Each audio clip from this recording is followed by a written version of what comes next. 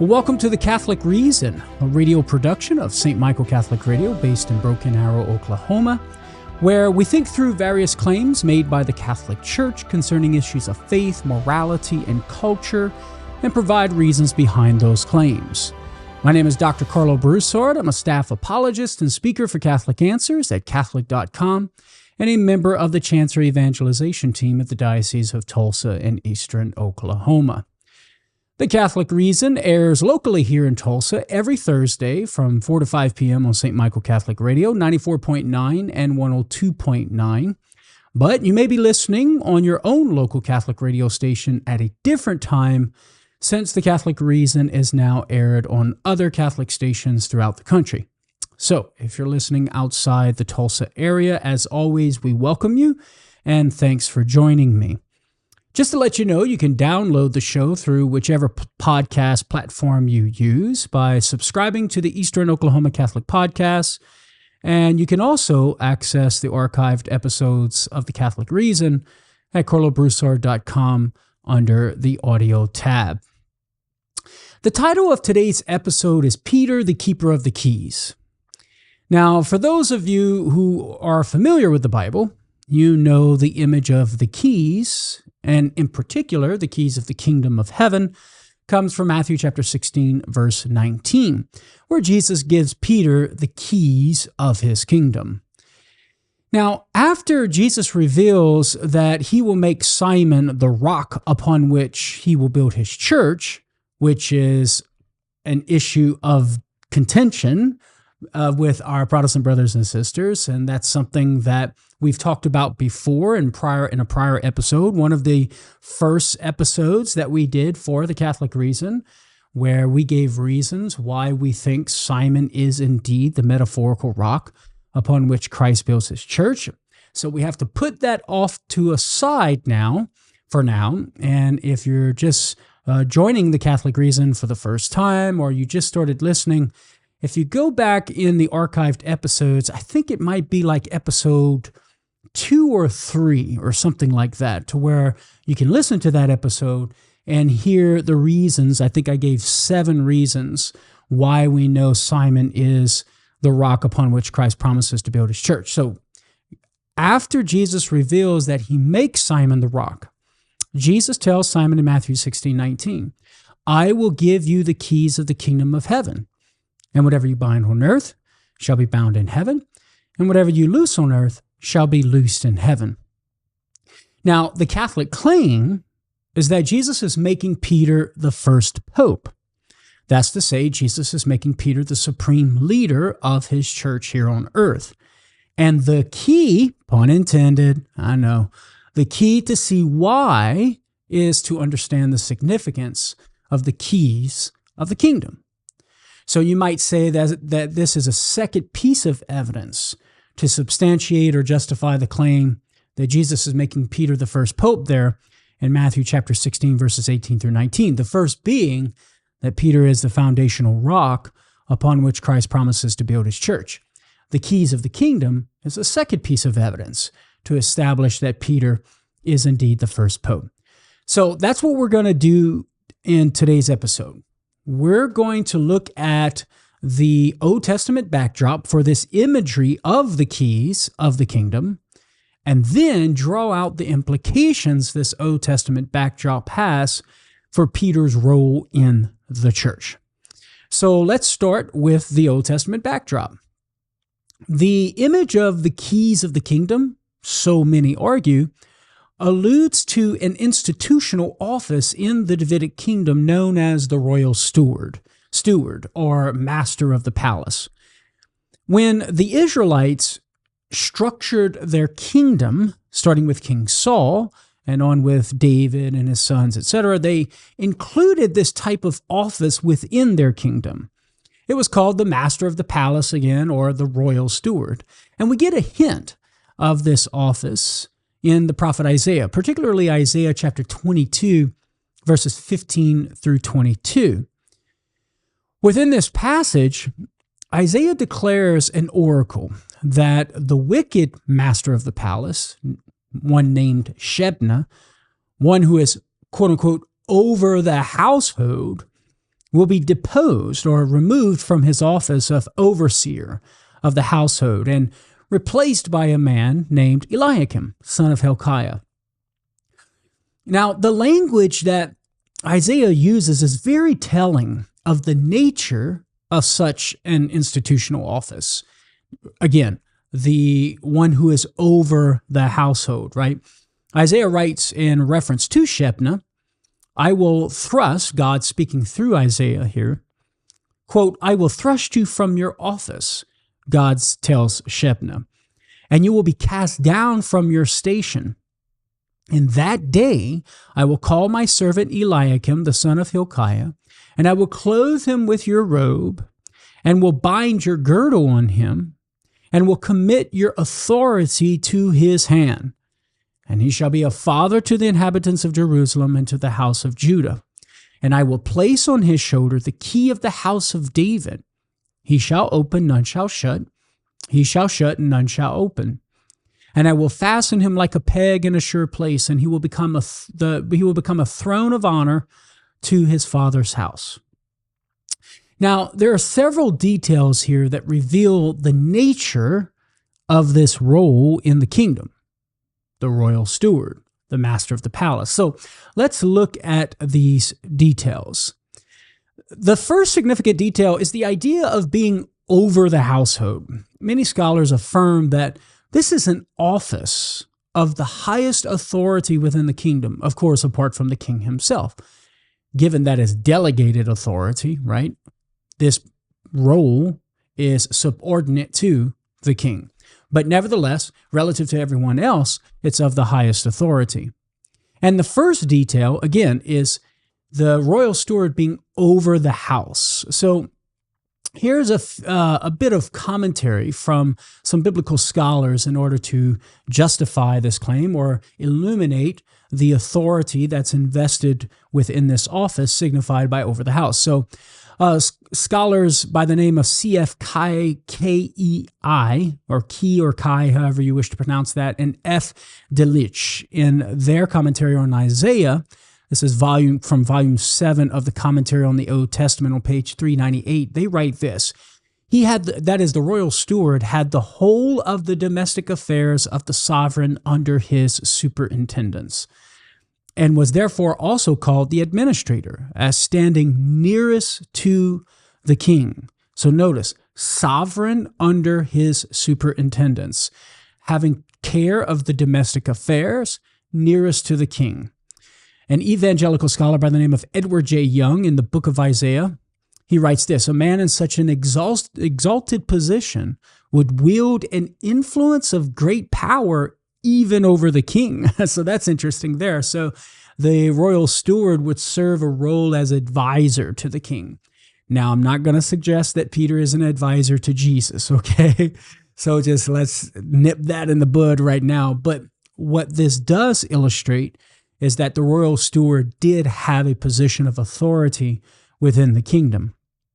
Baptist professor John Watts, in his contribution to the Word Biblical Commentary, Isaiah chapters 1 through 33, this is volume 24 of the Word Biblical Commentary on page 292, Watts writes this, Eliakim the steward served as chief of ministers in the royal government. He made decisions which carried royal authority and could not be appealed. That's huge right there. That commentary on the role of the royal steward is key. Again, I'm going to repeat that. Eliakim the steward served as chief of ministers in the royal government. He made decisions which carried royal authority and could not be appealed. That's going to be huge when we begin to apply this to Peter, so keep that in your mind there. Another scholar by the name of Ronald DeVoe in Ancient Israel on page 130, he writes this, like the Egyptian vizier, the master of the palace was the highest official in the state. Now, this comparison to the Egyptian vizier, and that's V-I-Z-I-E-R for those of you who are listening and might be taking notes, you never know. This comparison to the Egyptian vizier is significant because we get a glimpse into this authoritative role in the story of Joseph in Genesis chapter 41, verses 39 through 43. The vizier was a position of authority that was second to none except King Pharaoh himself.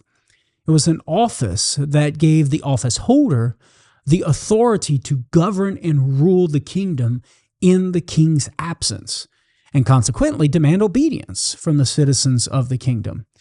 It was this very position of authority that Jacob's favorite son, Joseph, who was sold into slavery, held and exercised within the Egyptian kingdom after he interpreted Pharaoh's dream. And we get a sense of his authority in Genesis 41, 39 through 43. So here's the text. So Pharaoh said to Joseph, "You shall be over my house, and all my people shall order themselves as you command. Only as regards the throne will I be greater than you." And Pharaoh said to Joseph, "Behold, I have set you over all the land of Egypt." There's that idea of over the household, right? Then Pharaoh took his signet ring from his hand and put it on Joseph's hand, and arrayed him in garments of fine linen, and put a gold chain around his neck, and he made him to ride in his second chariot. And they cried before him, "Bow the knee." Thus he set him over the land of Egypt. There you see that overseer role yet again. Now, that Israel has a similar role to that of the vizier, comports with Israel's desire to be a kingdom, quote unquote, like all the nations in 1 Samuel chapter 8, verse 5. And of course, one nation in particular that they would have modeled themselves off of would have been the Egyptian kingdom, given that it was the greatest and most powerful of all the nations. The vizier office was one office within that kingdom that the Israelites adopted. Now, I'm coming up on my first break. Stay tuned. You're listening to The Catholic Reason. More to come on the other side with this role of the royal steward. Well, welcome back, my friends, to The Catholic Reason, a radio production of St. Michael Catholic Radio, based here in Broken Arrow, Oklahoma. My name is Dr. Karlo Broussard, staff apologist and speaker for Catholic Answers, and a member of the Chancery Evangelization team here at the Diocese of Tulsa in eastern Oklahoma. So in today's episode, we're looking at Peter, the keeper of the keys. We're looking at that episode in Matthew chapter 16, verse 19, where Jesus says to Peter, "I give to you the keys of the kingdom of heaven. Whatever you bind and loose on earth is bound and loosed in heaven." And in our first segment of today's episode, I was saying how in order to appreciate what's going on in this exchange between Jesus and Peter and the giving of the keys, we must see it, experience it against the Old Testament backdrop of this institutional office known as the royal steward, or the master of the palace, in the particular text.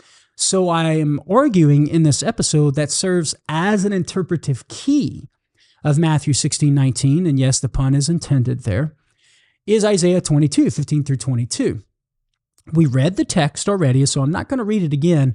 And before our last break, what we were doing is beginning to highlight the details in that passage of Isaiah 22 that illuminate, that reveal the nature of the royal steward office. And that one detail that I was focusing on and zeroing in on was the idea of the royal steward being over the household, and how that signified authority for the royal steward, but not just some authority, but the highest authority over the household, over the kingdom of David, second to none except the king himself. And I quoted, four scholars, Protestant scholars, who affirm this high authority that the royal steward had to exercise within the kingdom. And right at the end of our last segment, I was beginning to compare this royal steward office with the vizier. That is a position of authority that was second to none except King Pharaoh himself. It was a similar role within the Egyptian kingdom, a role that Joseph, right, in Genesis 41, took over and played out or fulfilled and exercised. And we read about that in Genesis 41, 39 through 43, where we get a sense of that authority that Joseph had in that role as the vizier, second to none except King Pharaoh himself, and Pharaoh makes that explicit in Genesis 41. And I was pointing out how it makes sense that the kingdom of David would have a similar role in the royal steward, because we're told in 1 Samuel 8:5 that the Israelites were desiring to be a kingdom, quote unquote, like all the nations. And the example par excellence, right, of a kingdom that they would have modeled themselves on would have been the Egyptian kingdom.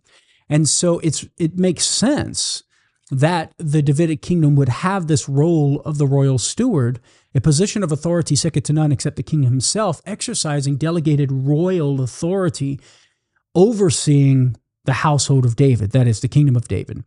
Okay, so we've only looked at one detail, right? Him having this oversight role, being an overseer over the house of David or the kingdom of David. Now, here's the second detail.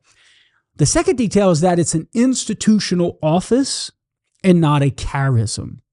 Notice in the text itself, in Isaiah, it says, I will call my servant Eliakim, the son of Hilkiah, I will clothe him, I will bind your girdle, and I will commit your authority to his hand. Oh, right there in verse 15, sorry. I will thrust you from your office, God says, to Shebna. And of course, he will commit Shebna's authority to the hand of Eliakim. But notice it's an office, right? It's not a personal charism that would just go away with the death of the office holder, of the individual. This being the case, the role of the royal steward, or we could call it the chief royal steward, as John Watts was pointing out in his commentary on the royal steward, the chief royal steward is subject to succession. That is, the office or the role of the chief royal steward is subject to succession and can be occupied by succeeding men. It's not merely a personal charism that dies when the royal steward dies. So that's the second detail to note about this role of the royal steward. It's an institutional office. So you have authority, and it's chief authority within the kingdom, and then it's an institutional office, thereby it's permanent and subject to succession by other men.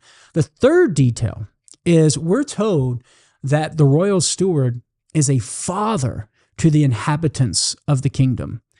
Protestant scholar Jeffrey W. Grogan, in the Expositor's Bible Commentary on page 144, comments on this. He writes, quote, "The term father suggests both his authority over the people of Jerusalem and also the provision he would make for them in virtue of his office." So that the royal steward is called a father suggests his authority over the people of Jerusalem and being able to provide for them. So that maps on with the label of being over the household of David or the kingdom of David, right? So he's exercising oversight, and insofar as he does that, he is a father to the inhabitants of the kingdom. And then the fourth detail is this idea of opening and shutting. Whatever he shuts, none shall open. Whatever he opens, none shall shut. And so again, this is revelatory of the unique high royal authority that the royal steward possessed in the kingdom. So here's a commentary by Catholic apologist Dave Armstrong in his book, Biblical Proofs for an Infallible Church and Papacy. In chapter 14, he gives some commentary here that I find illuminating. He writes this: "Opening and shutting in Isaiah appear to refer to a jurisdictional power, which no one but the king in the ancient kingdom of Judah could override. Literally, it refers to the prime minister or the royal steward's prerogative to deny or allow entry to the palace and access to the king." So shutting and opening signifies this authority that the chief royal steward had within the kingdom. Now, of course, the last and most important detail for our purposes here is the key of the house of David. So again, Jeffrey Grogan in the Expositor's Bible Commentary writes the following concerning the key of the house of David. Verse 22, he writes, is not intended figuratively, but literally. For the steward would have the large master key of the palace fastened to the shoulder of his tunic. And then in footnote 15, he writes this: the official in charge of the royal buildings and supplies would certainly have considerable and probably increasing power. Again, to quote the scholars Kyle, actually I misspoke earlier. It's actually Kyle, Keil, and Delitzsch in their book Isaiah. They write this: the key was properly handled by the king, Revelation 3:7, and therefore by the house mayor only in his stead. The power of the keys consisted not only in the supervision of the royal chambers, but also in the decision who was and who was not to be received into the king's service. There was a resemblance, therefore, to the giving of the keys of the kingdom of heaven to Peter under the New Testament. And so there, Kyle and Delitzsch are jumping to the New Testament and affirming how the key of the house of David serves as a backdrop or an interpretive context for Jesus given the keys of the kingdom of heaven. But he's sort of jumping the gun there and stating where we're going here. The Interpreter's Bible, edited by George Boutrick et al., right, we find this statement concerning the key of the house of David. The keys of the kingdom, or the keys of the kingdom, referring to the key of the house of David, would be committed to the chief steward in the royal household, and with them goes plenary authority. So there again, an affirmation of the high authority that the royal steward would have, and which is chief authority, right? No one above the royal steward except the king himself. Again, Baptist professor John Watts, in his Isaiah 1-33, writes the following: the steward with the keys also served as the chief of ministers in the royal government. We quoted this already. He made decisions which carried royal authority and could not be appealed, and that is signified by the key of the house of David. Now, there's one more scholarly affirmation that I'd like to share with you, and that comes from Robert Jameson, Andrew Fawcett, and David Brown in their commentary on the whole Bible. They write the following concerning this key of the house of David.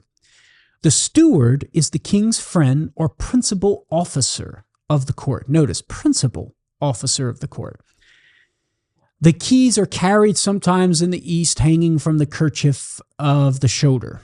But the phrase is rather figurative for sustaining the government on one's shoulders. Notice, the key on the shoulder, literally, was a visible sign or symbol of the government being upon the shoulder of the chief royal steward. Eliakim, continuing with Jameson, Fawcett, and Brown, as his name implies, is here plainly a type of the God-man Christ, the son of David, of whom Isaiah uses the same language as the former clause of this verse, and the government will be upon his shoulder. So there, Jameson, Fawcett, and Brown are drawing a parallel between Eliakim and Jesus, which as Catholics we have no problem with whatsoever, because Old Testament types can be types of on multiple layers, right? So you can have Eliakim be a type of Christ, but as we're going to see here, also be a type of Peter.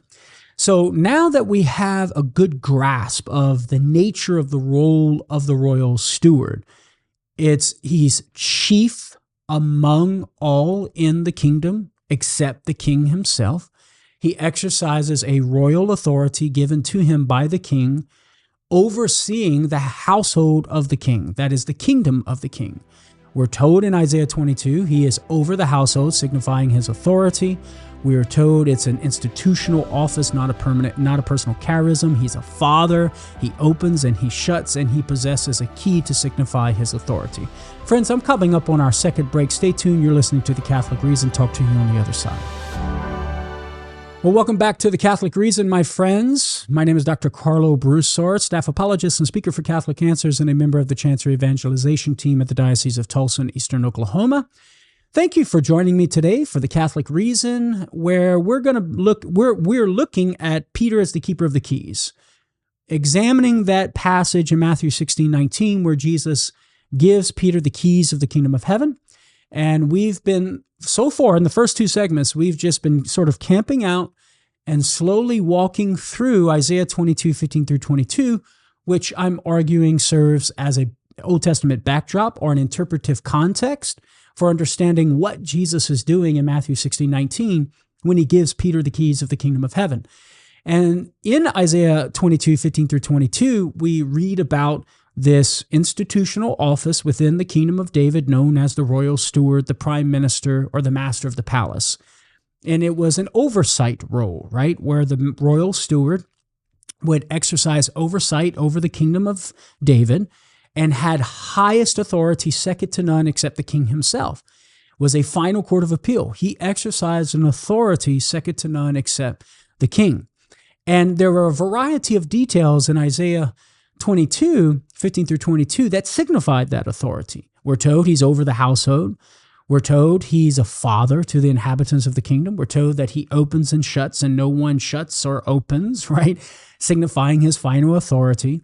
And then, of course, the key of the house of David. As commentators have pointed out, a literal key that he would have fastened to his tunic, residing over his shoulder, hanging over his shoulder, which was a visible sign or symbol of the government of the kingdom being upon his shoulders. And so signifying, again, his royal authority and chief royal authority is the highest authority in the kingdom, except the king himself. Now, with this backdrop in mind, now we come to Matthew 16:19, and we want to make an application to Peter. Our claim here is that Peter is the chief royal steward of Jesus' kingdom. And here's basically the argument in 3 steps, right? Or you might put it into a modus, what we call a modus ponens argument here. I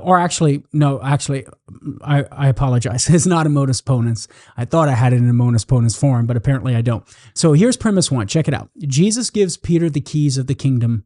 Okay, that's premise 1. Premise 2. Jesus intends the keys of the kingdom to signify the role of the chief royal steward. And so therefore, Jesus intends Peter to be the royal steward, the chief royal steward of his kingdom. Now, there are a couple of questions here, of course, that arise. Number 1, how do we know that Jesus intends the keys of his kingdom to signify the role of the royal steward? That would be a question concerning premise 2 of the argument, right? And then secondly, even if Peter is the chief royal steward, what are the implications? What sort of conclusions can we draw from that? So let's get into a defense of premise 2. We're going to justify Jesus' intention that Isaiah 22:22 is an interpretive context, right? Jesus intends the keys of the kingdom to signify the role of the royal steward. So here's my first reason. The image of a key is used only once in the Old Testament, and that's here in Isaiah 22:22. There's a principle of biblical interpretation. The fewer times an image occurs, especially when it's found prior to its current use, the more likely it is that there's literary dependence. And this supports reading Matthew 16:19 in light of Isaiah 22:22. Far from being a stock image, the metaphor of a key is found in only this place in the Old Testament, Isaiah 22:22. It is found in the New Testament in several places, but it's only found once here in the Old Testament, Isaiah 22:22. And so that provides us good reason to think that this is serving as an Old Testament backdrop for Matthew, who's recording Jesus giving the keys of his kingdom to Peter. Now, a second reason to justify Jesus' intention that Isaiah 22:22 is an interpretive context for what he's doing is that Matthew's the only gospel writer to include this Jewish imagery. We all know that Matthew's gospel is the Jewish gospel, and he often includes images that only would be familiar to the Jewish people, but not the Gentiles. So, for example, in Matthew 19:9, St. Matthew is the only gospel writer to record Jesus' clause about divorce and remarriage. If any man puts away his wife, unless it be unlawful, that is porneia in Greek, and marries another, he commits adultery. Why is Matthew the only gospel writer that records this porneia clause? The reason is because it's likely only the Jewish audience would have understood what the porneia clause refers to. When porneia is used elsewhere in Scripture, it refers to unlawful unions, as described in Leviticus 18. So, for example, in 1 Corinthians 5, 1 through 2, St. Paul uses the term porneia in reference to an incestuous relationship, which Leviticus 18 describes as an unlawful union. Furthermore, there's evidence that when this term is used in Acts 15, 20 and 29, it's referring to the same Levitical laws on unlawful unions. And so therefore, Matthew is the only one who records the porneia clause because only a Jewish audience would understand what it refers to because it's coming from their tradition. The same applies to the imagery of the keys of the kingdom here in Matthew 16:19. Matthew's the only one who records this image. Why? Well, seemingly because it comes from the Jewish tradition. But where in the tradition? Well, there's only one plausible candidate here, right? That's Isaiah 22:22, because that's the only place where you find the image of a key of the kingdom. Therefore, it's reasonable to conclude that Matthew intends, and of course Jesus as well, intends Isaiah 22:22 as an interpretive context for the keys of the kingdom in Matthew 16:19. So that's two reasons so far, right? The image of a key is used only once in the Old Testament, Isaiah 22:22, and Matthew's the only gospel writer to include this Jewish image, which suggests that it's coming from the Jewish tradition, and the only place it being found is Isaiah 22:22. Okay, here's a third reason to defend our premise here that Jesus intends the keys of the kingdom to signify the role of the chief royal steward. And that is the metaphor of the key in Matthew 16:19 is used in very similar circumstances as that of Isaiah 22:15 through 22. So consider, for example, the parallel imagery of the kingdom. Isaiah 22:22 speaks of the house of David, which is just another way of saying the kingdom of David.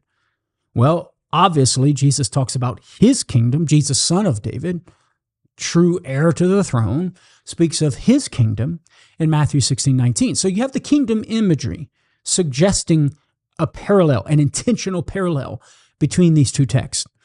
And then secondly, the parallel theme of having the authority to admit and exclude connects the two passages. That is obvious.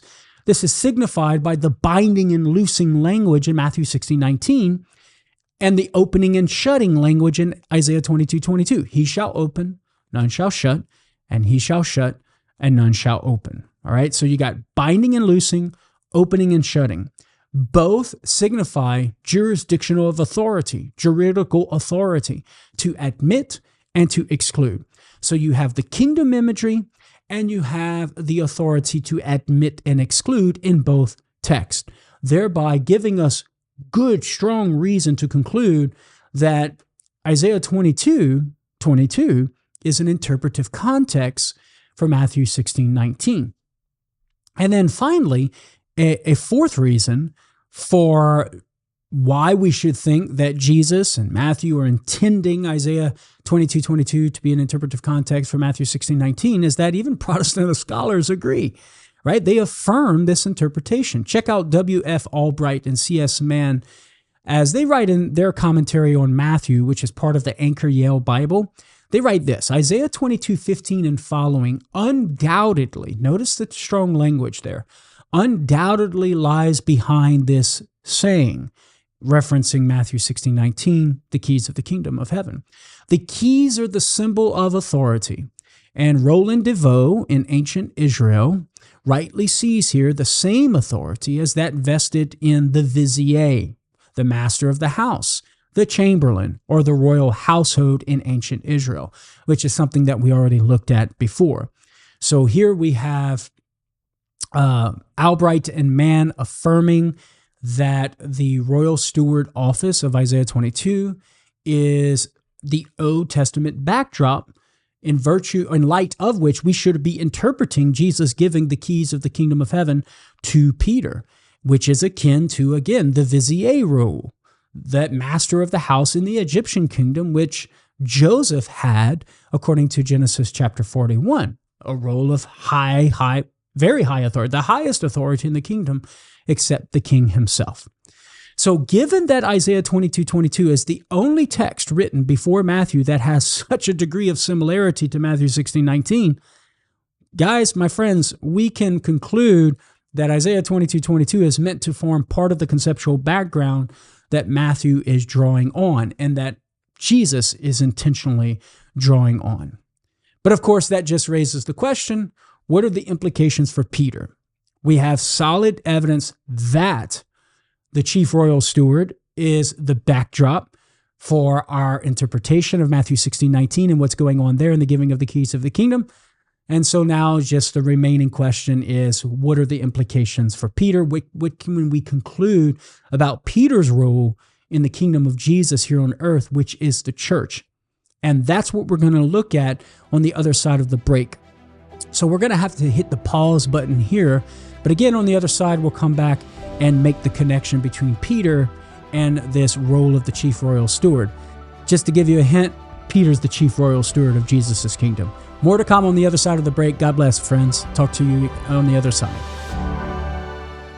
Well, welcome back, my friends, to the Catholic Reason, to our last and final segment. We were talking about Peter, the keeper of the keys, and we've been going through Isaiah 22, 15 through 22, and providing reasons why we think that passage, which talks about the chief royal steward in the Davidic kingdom, is meant to serve as an interpretive context for the giving of the keys of the kingdom of heaven to St. Peter by Jesus in Matthew 16:19. The reasons why we think Jesus is intending Isaiah 22:22 and the key of the house of David to be an interpretive context is that the image of a key is used only once in the Old Testament. In this passage, Isaiah 22:22, Matthew's the only gospel writer to include this Jewish imagery, suggesting that it's coming from a Jewish tradition. And since Isaiah 22:22 is the only passage that can serve as a reasonable candidate for that, we can conclude it's an interpretive context for the giving of the keys of the kingdom. And then the metaphor of the key in Matthew 16:19 is used in very similar circumstances as that of Isaiah 22:15 through 22. You have the kingdom imagery, the authority to admit and exclude is in both passages. And then finally, even Protestant scholars agree that Isaiah 22:15 and following serves as an Old Testament backdrop for Matthew 16:19. Now, before our last break, we were asking the question, what are the implications for Peter? Well, here they are. Number one, Peter possesses a specific and distinct office that is permanent and is to be succeeded by other men. That's the first implication, given that Peter is the chief royal steward of Jesus' kingdom, the church. And this just follows from the royal steward office, right? Remember, it was an institutional office succeeded by other men. It was permanent, etc.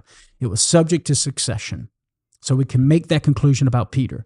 Secondly, Peter possesses royal authority delegated to him from King Jesus and is second to none except Jesus himself. And again, this follows from the royal steward having royal authority delegated to him by the king and was chief, second to none except the king himself.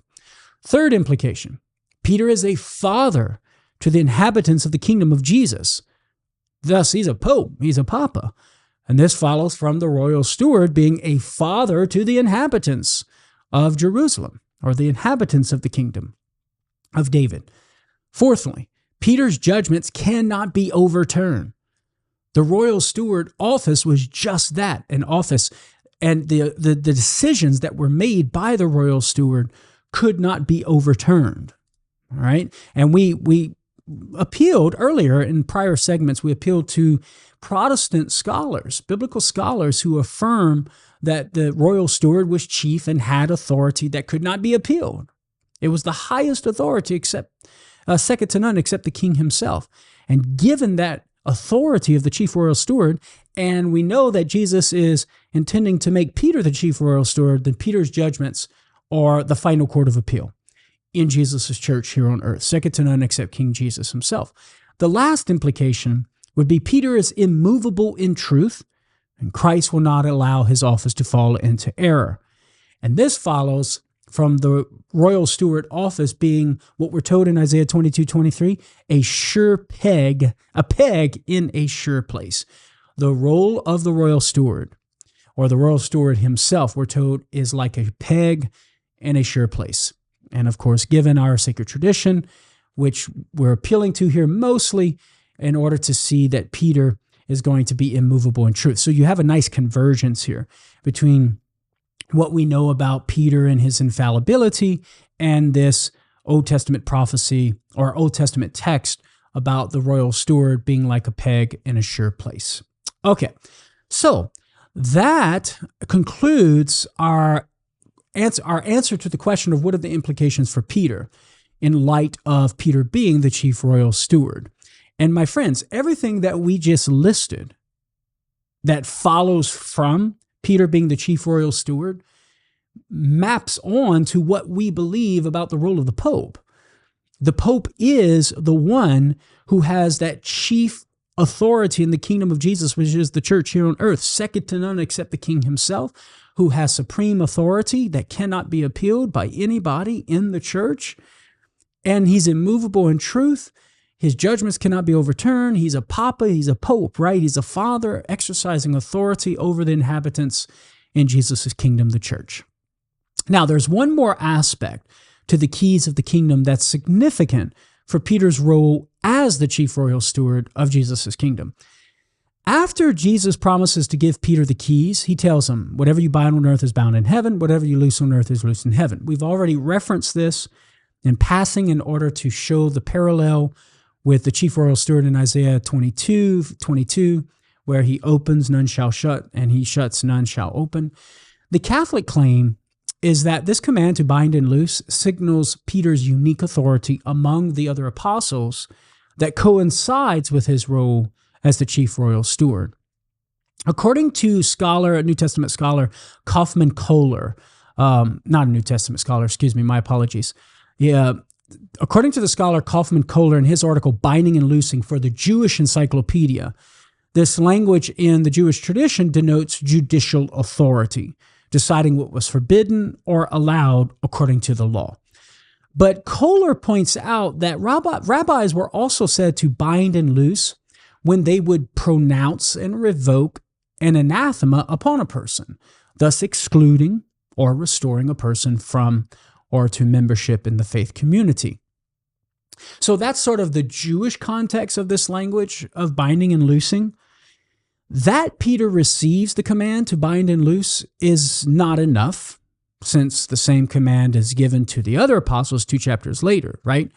What we need here for us to conclude that Peter sort of has this unique role of binding and loosing, what we need for this to match the idea of Peter being the chief royal steward is evidence that this command is unique to Peter. So is it? And there are three reasons to answer